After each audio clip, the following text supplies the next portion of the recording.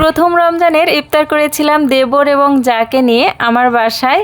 তো শ্বশুর শাশুড়ির সাথে যেহেতু ইফতারটা করতে পারিনি, এই কারণে আমরা চলে গিয়েছিলাম দ্বিতীয় রমজানের দিন শ্বশুরবাড়িতে। তো সবাই মিলে একসাথে দ্বিতীয় রমজানের ইফতারটা করেছিলাম এবং সেই দিন ছিলাম শ্বশুরবাড়িতে। পরের দিন গিয়েছিলাম আমার বাবার বাড়িতে দেখা করার জন্য। সেখানে গিয়ে আমরা 2-3 ঘন্টার মতো ছিলাম, ইফতার করে আসতে পারিনি কারণ হাতে খুবই সময় কম ছিল।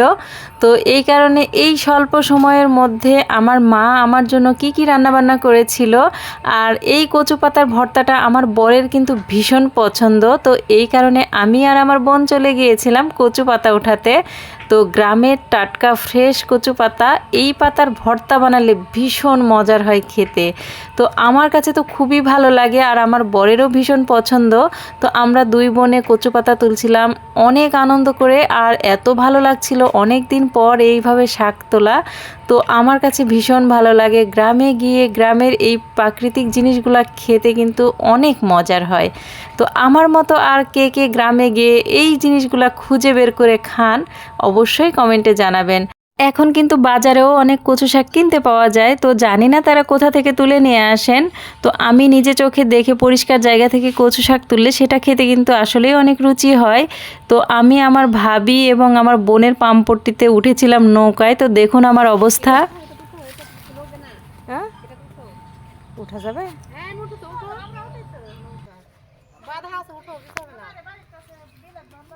ওরা ডাকাতে পড়ে গেলে কিন্তু মুশকিল ভাবি।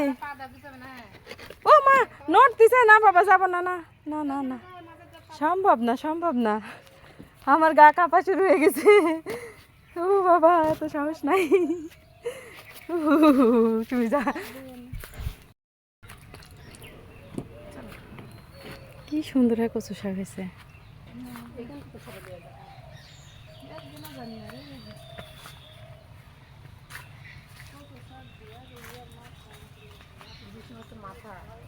এটাকে আমরা বলি দিঘি। তো দিঘিতে একটা নৌকা বাঁধা ছিল, একটা সিমেন্টেরও নৌকা বাঁধা ছিল। আর এদিকে আমার এই শাকগুলো ওঠানোর পর দেখুন একদম হাতটা মেহেদি কালার হয়ে গেছে, দারুণ লাগছে তাই না? তো আমাদের কচু শাক উঠানো কিন্তু হয়ে গেছে। তো আমরা এতগুলা কচু শাক তুলে নিয়েছি।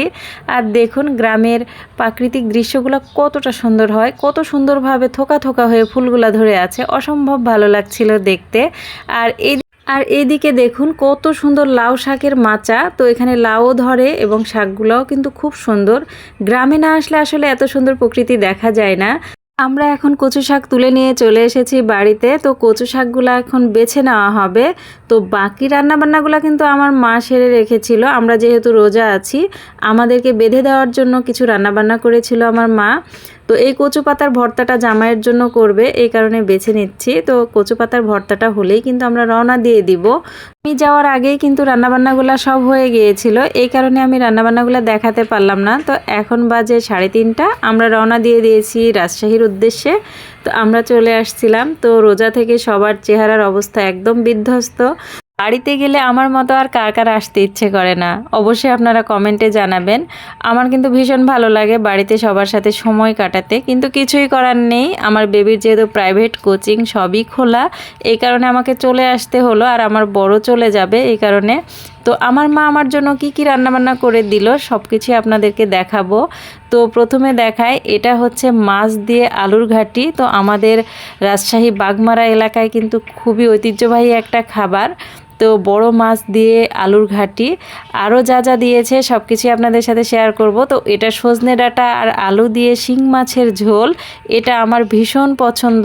আর রোজা থেকে এই ধরনের তরকারি খেতে কিন্তু বেশি মজার হয়। তো এটা দিয়েছিল মুরগি। তো এটা ছিল পাকিস্তানি মুরগি সম্ভবত, অনেক বড় একটা মুরগি ছিল। আর এটা ছিল হাঁসের মাংস, হাঁসের মাংস ভুনা ছিল। আর আরেকটা ছিল গরুর মাংস। আর এই পটে ছিল সেই কচু শাক ভর্তা। তো আমি আসার আগ মুহূর্তে খুব তাড়াহুড়া করে এই কচু পাতার ভর্তাটা আমার মা আমাকে বানিয়ে দিয়েছিল। আর ভীষণ মজার ছিল আজকের এই কচু পাতার ভর্তাটা। তো সবগুলা খাবারই মজার ছিল, কারণ মায়ের হাতের রান্না বলে কথা। ভীষণ মজা করে আমরা ইফতার পর এইগুলা দিয়ে ভাত খেয়েছিলাম এবং সেহরিতেও।